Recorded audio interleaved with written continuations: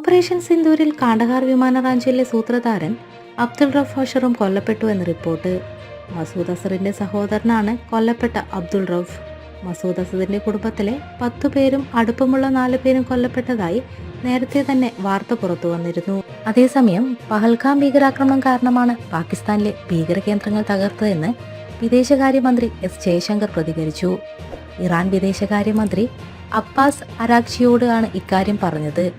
സ്ഥിതി കൂടുതൽ വഷളാക്കാൻ ഇന്ത്യ ആഗ്രഹിക്കുന്നില്ലെന്നും പാകിസ്ഥാൻ സൈനികാക്രമണം നടത്തിയാൽ ശക്തമായി നേരിടുമെന്നും ജയശങ്കർ പറഞ്ഞു. പഹൽഗാമിലെ ഭീകരാക്രമണത്തിന്റെ മറുപടി ഓപ്പറേഷൻ സിന്ദൂരിൽ അവസാനിക്കില്ലെന്ന് ഇന്ത്യ വ്യക്തമാക്കി. ഇത് തുടക്കം മാത്രമെന്ന് പ്രധാനമന്ത്രി നരേന്ദ്രമോദി അറിയിച്ചു. ഇന്നലെ മന്ത്രിസഭാ യോഗത്തിലാണ് മോദി ഇക്കാര്യം അറിയിച്ചത്. എല്ലാത്തിനും തയ്യാറായിരിക്കാൻ മന്ത്രിമാരോട് പ്രധാനമന്ത്രി നിർദ്ദേശം നൽകി.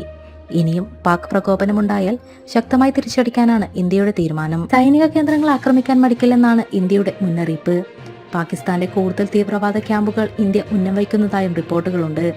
നിയന്ത്രണ രേഖയിലെ സാധാരണക്കാർക്ക് നേരെയുള്ള നടപടിക്ക് തക്കതായ തിരിച്ചടി നൽകാൻ സൈന്യത്തിന് സ്വാതന്ത്ര്യം നൽകിയിട്ടുണ്ട്.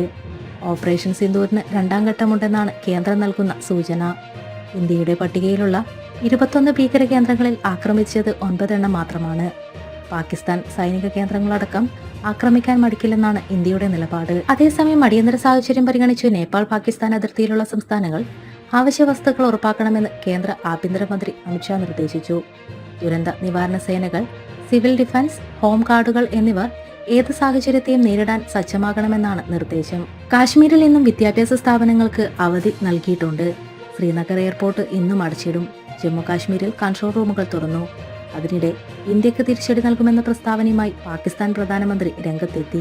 രാജ്യത്തെ അഭിസംബോധന ചെയ്ത് സംസാരിക്കുന്നതിനിടെയാണ് പാകിസ്ഥാൻ പ്രധാനമന്ത്രി നിലപാട് വ്യക്തമാക്കിയത്.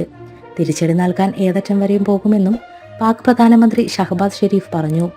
ഇരു രാജ്യങ്ങളും ഇനി പ്രശ്നമുണ്ടാക്കരുതെന്ന് US പ്രസിഡന്റ് ഡൊണാൾഡ് ട്രംപ് ആവശ്യപ്പെട്ടു. ഇന്ത്യ പകരം വീട്ടിയെന്നും ഇനി ആക്രമിക്കില്ലെന്നാണ് പ്രതീക്ഷിക്കുന്നതെന്നും ട്രംപ് പറഞ്ഞു.